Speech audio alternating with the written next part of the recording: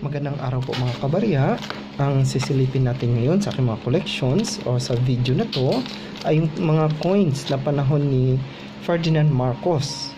So meron ako ditong cottage coins. Ito siya ay set ng 1976. Ayan. Kasi from 1975 hanggang I think 1981 gumagawa sila ng ganito yung proof set. Ayan. Ito siya ay 5 peso na proof set. Focus ko lang. Ayan, napakaganda. Proof set, ibig sabihin para siyang mirror finish. Okay, pwede siyang nagre-reflect talaga yung surrounding. Ayan, kaya napakaganda pag tinatawag na proof finish. Yung proof finish ay nakadedicate talaga siya for collectors. Nakakat na lang tong mga to, ibig sabihin na putol-putol na, cutted na sila. Hindi ko sure kung anong right term, pero yung mga reseller, nabili ko siya ganito na rin, putol-putol na. Kasi mga reseller, ginagawa nila yung ganito para maibenta nila ng per piraso at lower price. Kasi originally, yung ito sila, itong mga pira-piraso to, ay isang buo po yan. Ito po yan siya. Yan, may box. Ito po yung original nila. Box, and then meron pa yung mga kasamang certificates, and then yung isang set. Ayan, so meron ditong, pagkalam ko merong 5 peso, 25 peso and 50 peso. Ayan, tapos yung 1 peso, pagkalam ko 1 peso, 25, ilan ba ito siya, 10 cents, 5 cents and 1 centavo. Okay, so yun po yung harapan. Medyo nagkabalik-baliktad lang yung mga ulo, inaalog-alog. Hindi ko na sila na ano, pag naalog-alog kasi sila, nagkusang nagro-rotate. Ayan, ito po yung set original nila. Pero dahil medyo mahal, pag ibebenta nila or bibili tayo ng ganito, medyo mahal. Kaya yung reseller, ginagawa nila, pinuputol nila isa-isa na lang siya. Ayan. Tapos binibenta nila individually.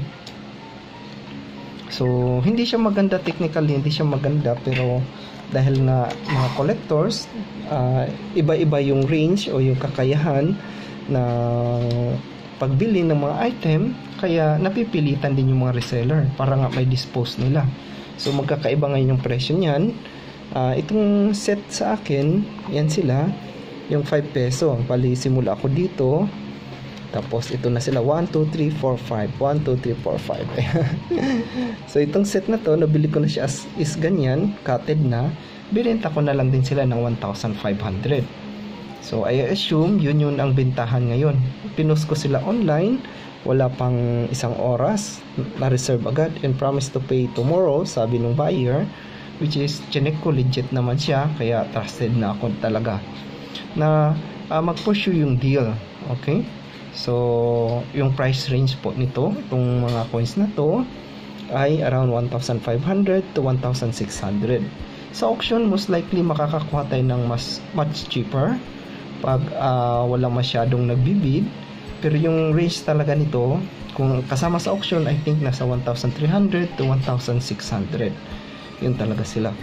So it's dito sa Alcono kasi nila, baba natin, dito sa certificate, unfortunately wala ditong specification na naka-indicate, maliban dito lang, ito lang nakalagay sa kanila, yung diameter at kung sinong tao ang nakalagay.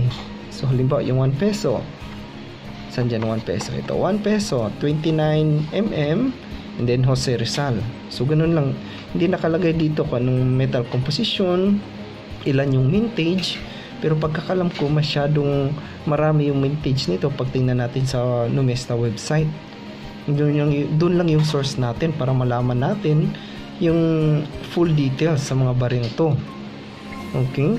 So dito pagkakalam ko, million of pieces yung gawa nito. And then yung rarity nito ay masyado ring mataas. Ganon din yung 1 peso na si Jose Rizal, and so on. So dito lang sa ano nila, nandito yung 50 peso, 40 mm din diameter, this one, yung malaki. So si Ferdinand Marcos, and then 25 peso si Emilio Aguinaldo, and then yung 5 peso, this one, yung nakakatid na, yan din yung 36 mm.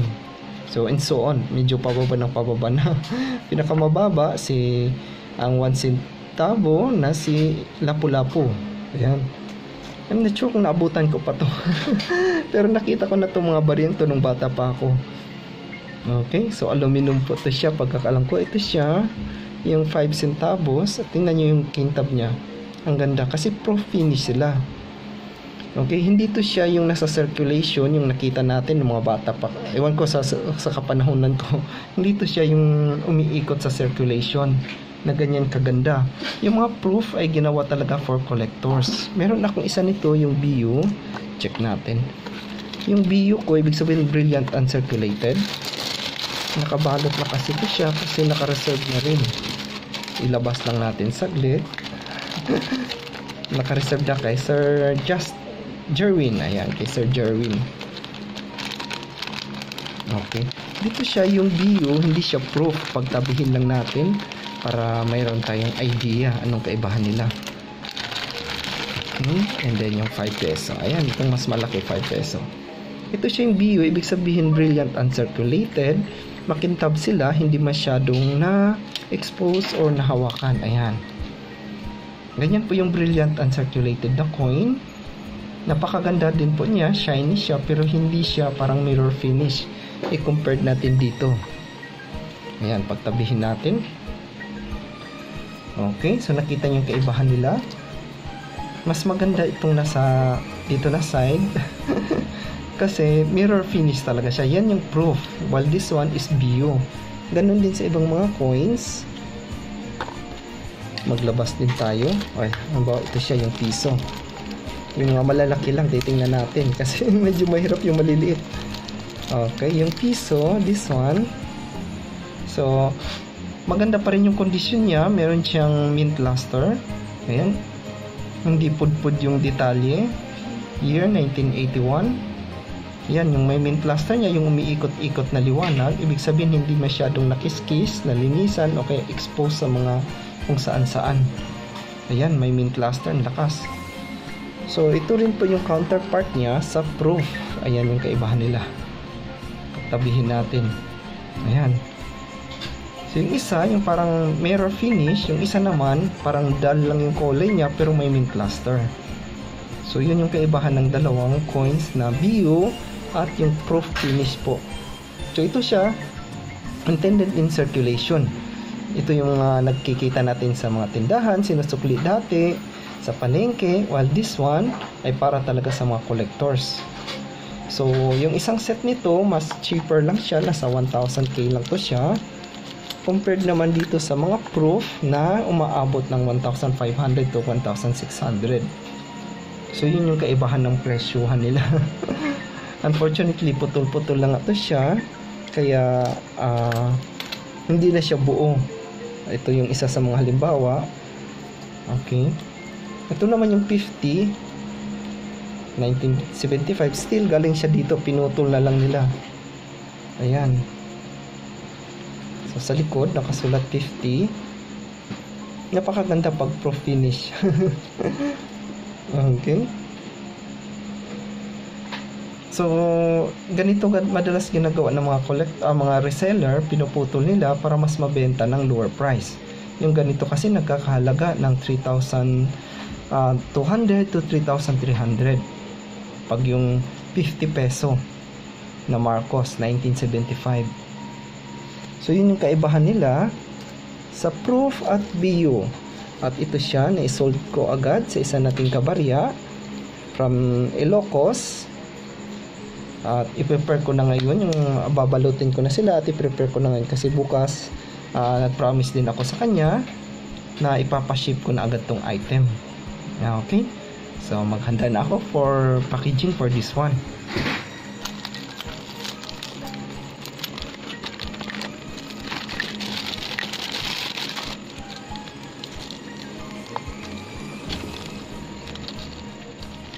Okay po mga kabarya, ito na po, tutuloy natin yung aking pagbabalot.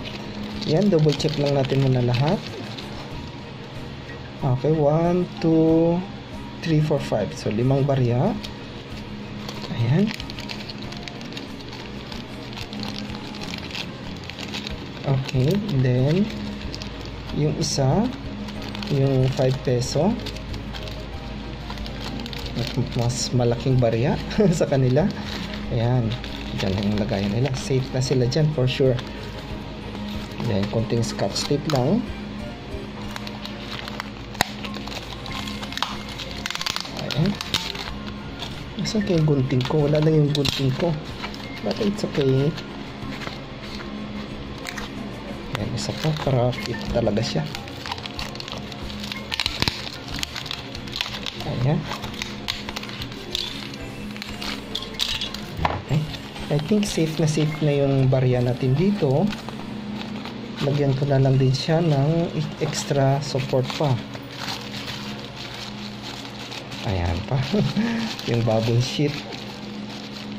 Okay. Para safe talaga siyang makarating to Ilocos. I think sa Ilocos Norte pa to. Kaya medyo malayo-layo biyahe ng baryang to. So thank you po sir. Thank you po sa nag-purchase. Paano ko ba ito siya fold? Ilagyan na lang natin ng scotch tape.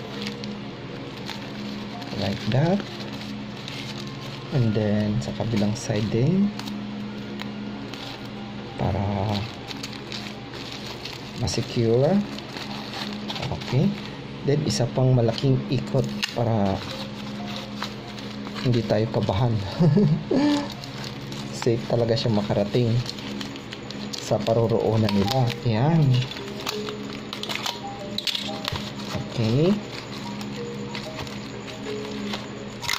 Isa pa.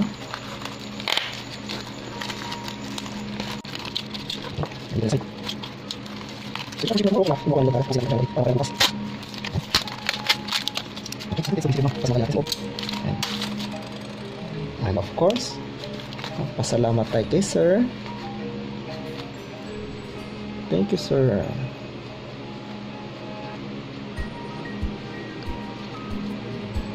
Ayan, di lang ganun kagandahan yung writing ko. Sensya na.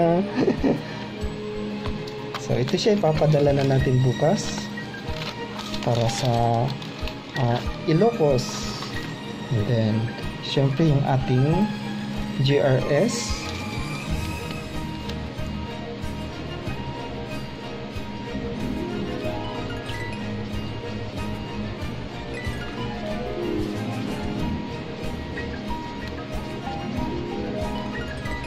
Okay. Yung address ay nasa phone ko, which is siya yung ginagamit ko pan-record ngayon. So di ko talaga siya may video habang isusulat yung address na sir. But literally ganyan na po siya. So papadala ko na ito bukas kasabay ng iba pa. Kaya thank you po sir. Papaship ko na po ito bukas para sa Ilocos. Ayan, picture ko na lang sila later or kaya i-video ko later. Sulat ko muna yung address ni sir. Okay, ito na po, natapos ko na po, nabalot ko na para kay sir. Kaya nakakatuwa lang dito yung name na for shipping address to ano ba yun, Ilocos. Ayan, hindi ko lang pwede pakita yung full detail kasi bawal po or wala tayong permiso. Basta sa shipping address na to lang ako, ang pangalan na binigay sa akin is Marjorie. And then, kaso yung kachat ko sa Facebook kanina, pangalan ng lalaki. So I assume sir po yun. Natuwa lang ako nung pinadala yung shipping address details sa akin, Marjorie yung name. Maybe sa wife na yan, kasi marami din kasi sa mga coin collector is OFW, not once ko lang na-encounter to. And then pinapadala nila dito sa Pinas na address nila, which is nasa bahay yung wife lang nila. Of course, pangalan ng babae, okay, pangalan ng wife nila. Kaya most likely ganun yung scenario. Okay? So, ito na po sir, ready for shipment na tomorrow. Update ko na lang kayo sa resibo ng GRS. Maraming salamat po and God bless. Maraming salamat mga kabarya.